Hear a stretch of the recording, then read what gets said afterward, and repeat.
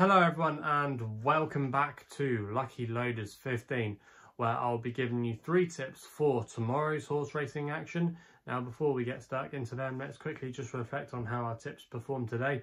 At the current time recording, I still do have one to run later at Leicester, so fingers crossed we can end the day with a winner there. But away from that, it's been slightly disappointing. We just missed out on the each way money with Talbot. I think he still has untapped potential over a mile, and it was a good run, but he just bumped into a couple of well handicapped horses on the day. And then the Nap Aradrafan I thought was quite disappointing in the hands of Ryan Moore. I didn't think Ryan completely went for the kitchen sink. He was checked once or twice, but I don't think he would have won. But I like to see a little bit more of an effort from Ryan there. He didn't give it like you would call like a Luke Morris kind of ride, where he literally goes hell for leather, you know, and tries to ask the maximum effort from the horse. But yeah, it just was a little bit disappointing there, but I just don't think he was good enough on the day, so he was disappointing there. But like I said, hopefully we can end on a winner at Leicester later today. I know it's been a little bit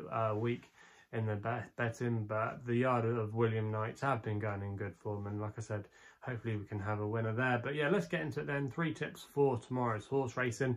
We're going to be going to Yarmouth for the first of them with my long shot, which runs in at 2 o'clock. I'm going to take a chance here with Coldstream for Charlie Bishop and Eve Johnson Horton. Now this horse at the current time of recording was available at 10 to 1. I'm going to recommend a 0.5 each way selection here. Now this horse I thought actually ran a little bit better than the better results suggested at Salisbury last time out when he finished in 6th place. Now if you actually look at the race as a whole, he was racing towards the front end in that race, and if you actually look at the results, the horses that were running prominently kind of finished back in the midfield. The first 2 were miles clear of the rest, and they had been travelling towards the rear of the field from the beginning, so it definitely suited the hold-up horses that day. But if you actually look and analyse the form of the race, it's worked out really well. It's produced so many winners and some decent placed efforts as well from plenty of the runners in there. I think it was actually a better effort than was suggested, and he was actually travelling really comfortably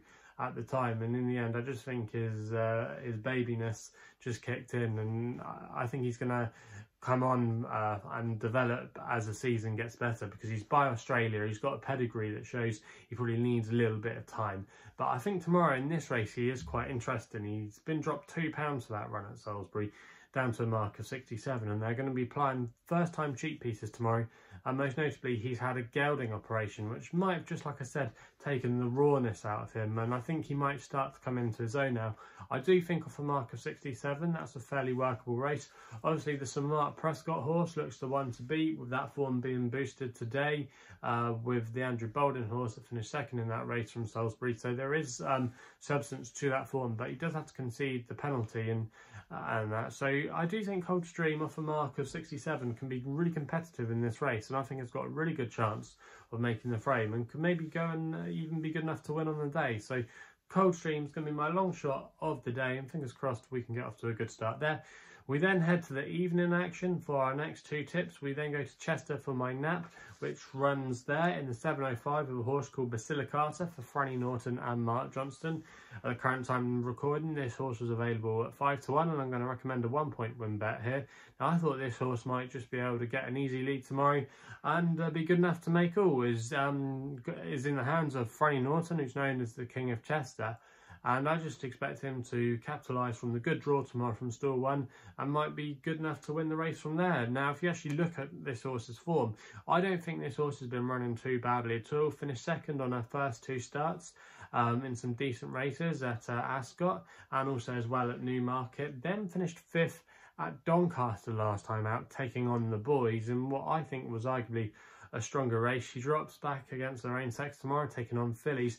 And most importantly as well, she's going to be well treated at the weights because she gets the 3-year-old allowance. So she's got quite a few positives for her tomorrow. She's got a good draw. She's got a very good jockey that knows Chester very well. She's going to be back against her own sex, and she gets the 3-year-old allowance. And Mark Johnston's horses are in good form. She'll handle the ground, I think, as well, no problem at all, as long as they don't get any rain, which I don't think they're due. So I think, yeah, a lot to like about the chances of Basilicata tomorrow, and I think she might just be able to tough it out and be able to hang on to win at the end. And I think at 5-1 there, that's a fair price. That was available with William Hill at the current time recording, so that's why Basilicata is going to be my nap of the day. We then don't have to wait too long for the next tip, which is the next best, which runs in the 7:30 at Newmarket. We go with a horse here called Ice Station Zebra, available at 7-2, and I'm going to recommend a 1-point win bet here for Hector Crouch and Rafe Beckett.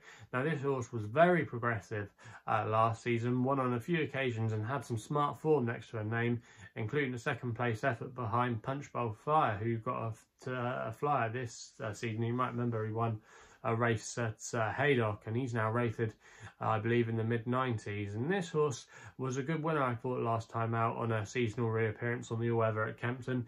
Beat some nice horses that day for the grade, but if you actually looked at her in the pre-parade ring beforehand and looked at her down at the start, she did look like she would probably come on for the run. She was carrying a bit of condition, but she showed a good determined attitude, and in the end was definitely a worthy winner. The handicapper didn't raise her too much at all, only raised her a couple of pounds. So I do think there could be a little bit more to come from this horse, especially with some of that form that reads well from last season. She's going to be continuing against her own sex, and I think she's got a really good chance in this race.